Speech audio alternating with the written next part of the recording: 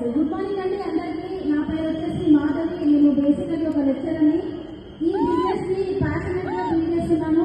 Starting లో నేను ఈ బిజినెస్ ని పార్ట్ టైం గా స్టార్ట్ చేశాను. కానీ ఈ బిజినెస్ ని నా ఫ్యామిలీ సెక్యూరిటీ కోసం నేను ఇప్పుడు ఫుల్ టైం గా చేస్తున్నానండి. ఓకే, నాకు నిజంగా ఈరోజు చాలా చాలా హ్యాపీగా ఉంది. Srinivas sir and Saleem sir starting మేడంతో రికగ్నైజేషన్ చేసుకోవడం. ఎందుకు అంటే నాకు ఈ ప్లాన్ చెప్పిన వ్యక్తులు వీళ్ళిద్దరేనండి, Saleem sir, Srinivas sir. So camera ఇక్కడ చూపించండి, కెమెరా ఎక్బార్ దిక్కాయి. సో ఇక్కడ ఈ బాబు వాళ్ళ పేరెంట్స్ మిస్ అయ్యారు, ఈ బాబు మిస్ అయ్యారు. మీరు తొందరగా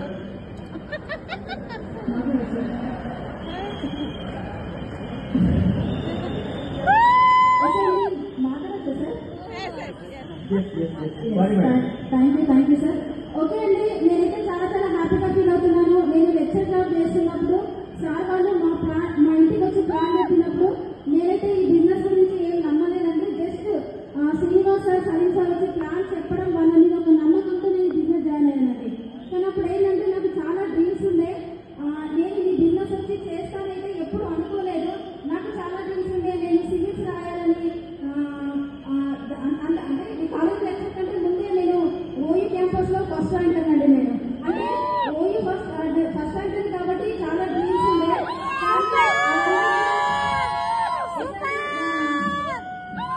ఒకటి ఏంటంటే ఇక్కడ నేను ఎప్పుడైతే అక్కడ డ్రీమ్ పెద్దగా ఉండే, కానీ నా డ్రీమ్స్ అన్ని ఫుల్ఫిల్ అవుతాయనుకున్నాను.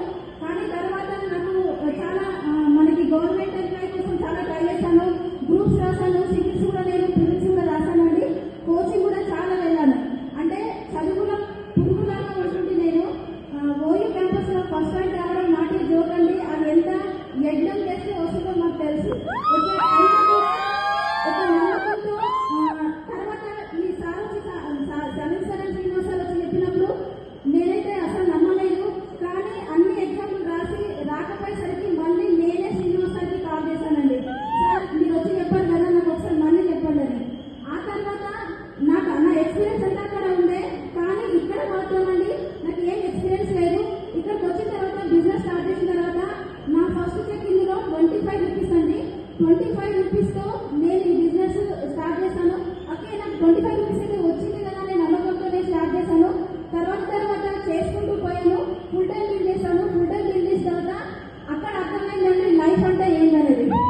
ఓకే, మనకు నేనైతే చాలా పెద్ద డ్రీమర్ని, కానీ లైఫ్ సిచ్యువేషన్ ఎలా ఉంటుందంటే ఒక్కొక్కసారి మనం అనుకున్న దానికన్నా అది రివర్స్ ఉందండి. నా లైఫ్ అంతా కూడా అక్కడ రివర్స్ ఉంది. కానీ నేను ఒకటి మాత్రం గట్టిగా చెప్తానండి, ఏంటంటే ఇలాంటి ఎఫ్ఆర్యూ చూశాను కాబట్టి నేను ఈ బిజినెస్ లో ఉన్నానండి.